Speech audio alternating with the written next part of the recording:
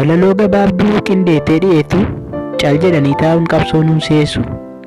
Yaa uummata Oromoo jabaadhaan jabaannaa, tokkummaan dagannu harka wal qabannaa. Kaleessas tureera dhibeen hacuucamu, ittuma dabalee reebamuuf saamamu. Hedduu nama dhibaa waa'een Tigraay, jara Oromiyaaf fudhattee turte Tigraay. Erga biyyatti galtee saamicha nu saamtee waraana leenjiftee, Dookter Abiyyi iyyuu qaata gatteessiste. Leenca keenya hiitanii jirtu hidhaatti rakkisaa. Waa'ee naannoo Tigraay maal haa ta'u fallita?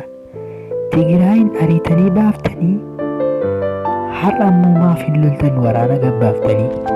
Wallaggaaf boonnatti labsitanii komaandii poostii, har'a ammoo jarri maaf isinitti baafti boottii? Isinii deemtanii ajjeestu weellisaaf daa'ima, dhaloonni har'aa bor waa'ee keessan maal hima?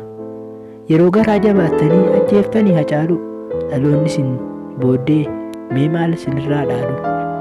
Beekaa fakkaattanii ajjeestanii beekaa jettanii haasoftuu qeerroon biyya jeeqaa. Dhiisaa dubbiin akkas miti, qeerroon biyya hin jeequ, garoota sanniis hojii keessan qeequ.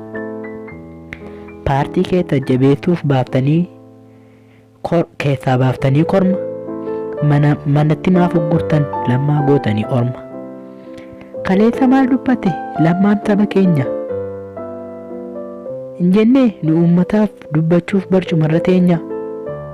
Akka jedhe lammaan ilma Obbo Magarsaa, saba koon gurguru annan ta'a aarsaa.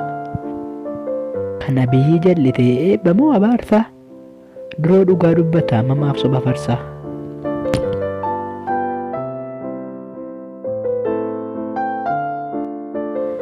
Inni durii Oromiyaa qunxuree gurgura, inni kun immoo hin caalu daa'ima kurkura. Namni hin qeeqne jira paartii aangoorra jiru, artistii ajjeesuuf warra qarshii heru. TPLFiitu sooressa jettee jijjiirtee tabirri, Hacaaluu immoo ajjeestee dhiiga tuutte akka carri. Oromiyaafis hin taane Amaaraafis hin taane kan ka'ee nyuree firri.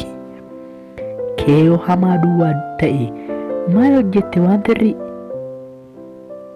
Yeroo Oromoon hiriiru akaayii gootu rasaasa, qarshii keessan hiruu barbaaddu basaasa. Waa TPLF mee maal qabdu murtoo, sodaa keessan hin qabdu jarri qophooftee jirtu. Miilla lama qabaatteef muka lama yaabdaare, TPLF loluudhaaf humna gahaa qabdaare. Erga Oromiyaa hin taane maaliif jaraaf hin taane?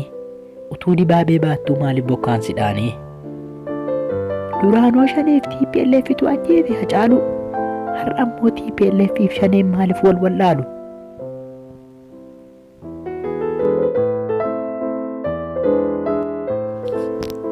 Isinuma tajjeese kaleessa weellisaa, mee dandeenyaan TPLFiin ofirraa deebisaa. Jaalmarroo sodaattanii balleessituu maqaa shanee, takka hin du'e jettu inni homaa hin taane. Marroo wabii saba guutuu, isinoo baay'eedha akkamitti duutu? Marroo leenca kana seetanii adurree, innoo akka keessan saba isaan gurgurre. Saba isaatiif jedhee qorra keessa bulee aduu keessa oola, jaallatamuuf miti biyya isaa jaallate. Oromiyaaf qabsaa'uu takkaa yoom dagate? Imaanaa sabataa karaatti yoom gate? Tinnaara guuttatee dha'uudha malee diina. Yaadaaf deeggarsiisaa yoom deeme Oromoo cinaa?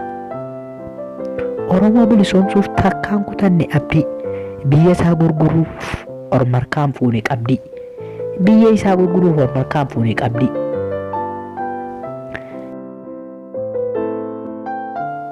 Jaarraa yoo lakkoofnes bilisoomuun fagaate, marroon inuma ajjeesa isa waan nama hate. Kanaaf yaa saamtu sodaadhu marroo wabii tabaa, yeroo inni dhufu siman lubbuu kee dhabaa. Bilisummaan fagaatee jetteen kutatin abdii, dhaloota biyyaaf falmu Oromoon hedduu qabdi.